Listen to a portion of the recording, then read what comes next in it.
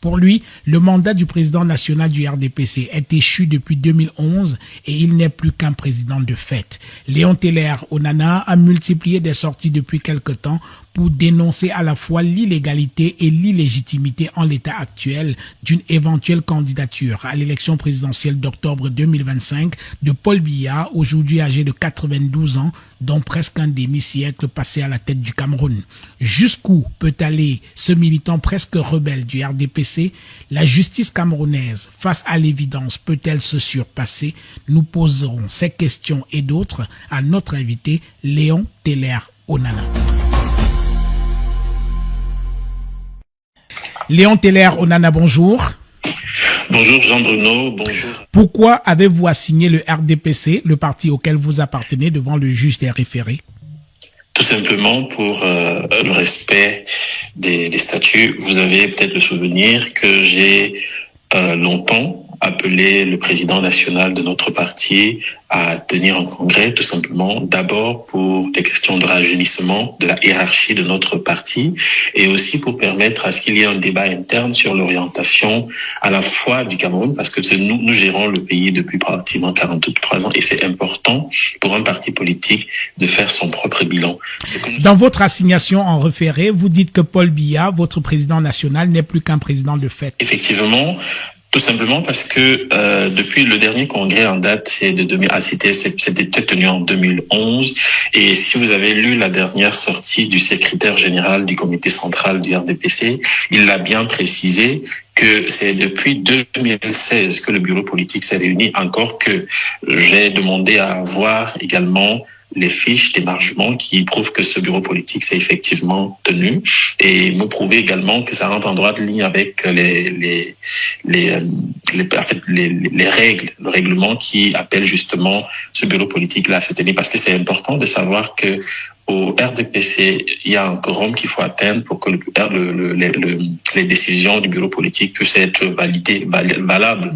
Alors, le dernier congrès ordinaire du RDPC, effectivement, vous le dites, c'était en 2011 et selon vos statuts, le congrès se tenir tous les 5 ans. Alors, organiser un congrès pour un parti relève de la routine. Toute organisation qui se respecte, organiser un congrès relève de la routine. Pourquoi au RDPC cela devient-il une affaire aussi complexe?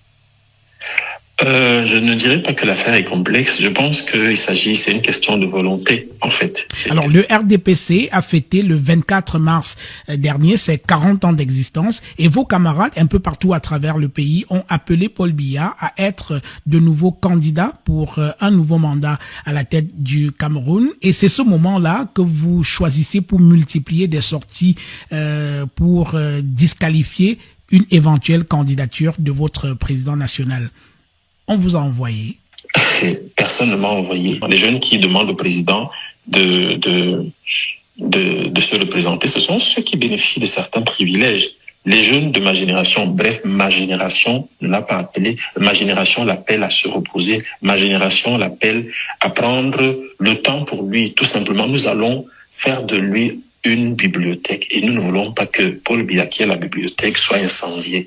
Alors, je l'ai dit, vous êtes conseiller municipal à la commune de Monatélé, l'un des fiefs du RDPC. C'est d'ailleurs chez vous que les appels du peuple ont commencé pour prier le président Paul Biya de devoir se présenter pour un nouveau mandat à la tête du Cameroun. Alors, vos élites doivent être gênés aux entournures, depuis que vous avez commencé votre combat. Eyebe Aïssi, Ndong Soumet et j'en oublie, ils vont vous regarder comment?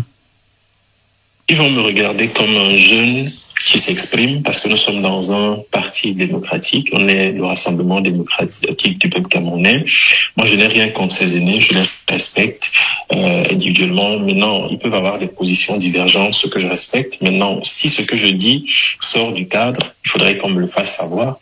Léon Teller Onana, l'actualité au Cameroun aujourd'hui, c'est l'insalubrité. Yaoundé, la capitale, est envahie par les ordures, les immondices à tous les coins de rue, l'air est irrespirable. Qu'est-ce que cela vous inspire de voir la capitale dans un tel état? Oui, c'est justement à l'image de ce que je suis en train de dire aujourd'hui, que les gens sont beaucoup plus cloîtrés dans les bureaux. Les camarades qui ont la responsabilité de gérer l'État, qui bénéficient du décret du président, restent plutôt dans les bureaux et décident Alors, vous savez, il y a une différence entre vous qui prenez le taxi de 200 350 par jour et celui qui roule carrosse dans un véhicule climatisé. Vous pouvez pas avoir les mêmes odeurs. Donc, du coup, je pense que certains vivent loin de la réalité. Mais c'est dommage tout simplement parce qu'il s'agit de la capitale politique de notre pays. Le président de la République est du RDPC, son premier ministre RDPC, le ministre de l'Habitat et du Développement urbain, celle même qui devait ramasser les ordures du RDPC, tous les maires de Yaoundé RDPC et tous, autant qu'ils sont, impuissants face à la montée des ordures. Si quelqu'un dit que vous êtes un parti d'incompétents, aurait-il tort ou raison? Je donnerais tort à la personne tout simplement parce que les gens qui jettent les ordures en bordure de route ne sont pas du RDP, tous ne sont pas du RDPC. Mais ils vont faire quoi de leurs ordures? Non, je vais y aller. Je réponds à votre question. Il y a ceux qui marchent dans la rue, qui achètent des bananes ou je sais pas quoi, qui peuvent jeter les ordures à travers la fenêtre. Il y a aussi ce problème d'incivilité qu'il faut régler parce que c'est très beau de dire que le RDPC n'a pas fait son travail, mais à la base également, les Camerounais doivent aussi prendre des responsabilités. Ça, c'est important. Maintenant, dire que le parti est un parti d'incapables, non, faut pas généraliser. Je crois que il y a peut-être ceux qui sont au pouvoir en ce moment précis.